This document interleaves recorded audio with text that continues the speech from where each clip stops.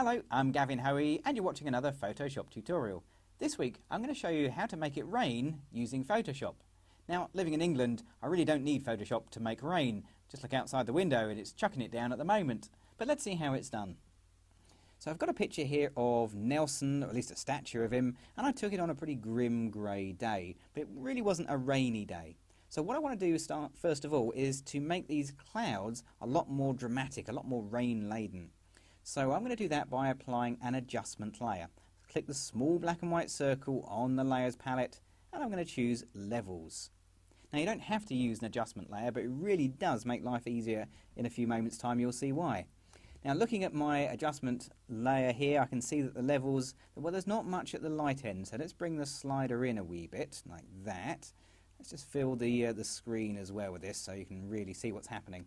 And I'm also going to get the mid-grey slider, this is one in the middle here, and move it towards the white slider.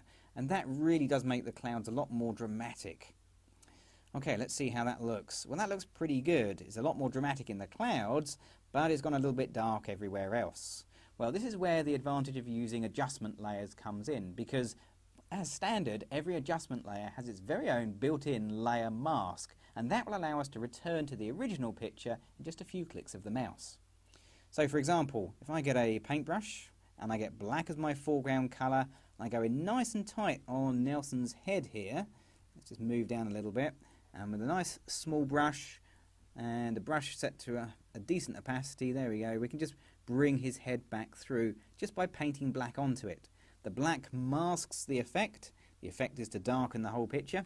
So if that's masked, if that's stopped, you get the lighter picture coming back through.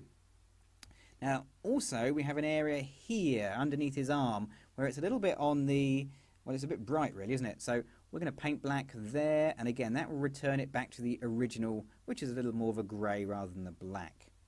Conversely, where it's gone a little bit too dark up here, I drop the opacity a little bit so it doesn't work too quickly. I can just bring that back through just to make sure it's not a pure heavy black. I'd rather keep the statue to be the blackest part of the picture and not that cloud.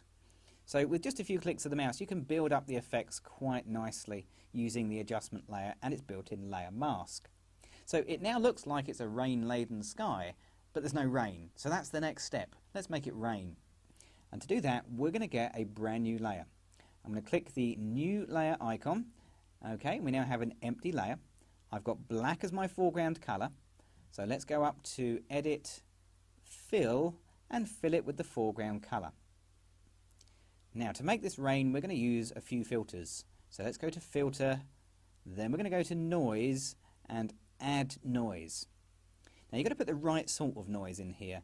The noise we want is monochromatic, not the coloured one, the monochromatic one. Now I prefer the Gaussian, but they look about the same really. I'm also going to put the amount in at 100%. Now you could use different settings, but I'm going to keep it nice and simple, 100% amount. And click OK. Now it's not really looking like rain yet, we need a couple more things. So the next step is to go back to Filters again, down to Blur, and choose Motion Blur.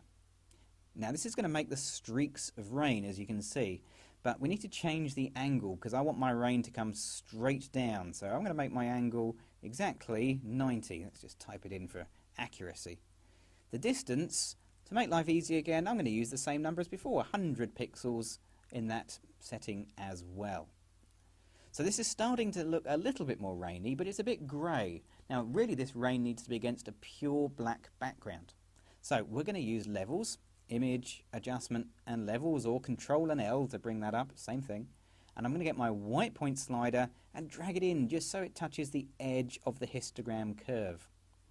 Now I'm going to get my black point slider and slide that all the way in as well. Now you may think you want to stop probably sort of around about there where you've got a decent amount of rain, but that's the wrong place to stop. In fact, you want much less than you see on screen, much less. So there's hardly any drops of rain at all, so like that, I can barely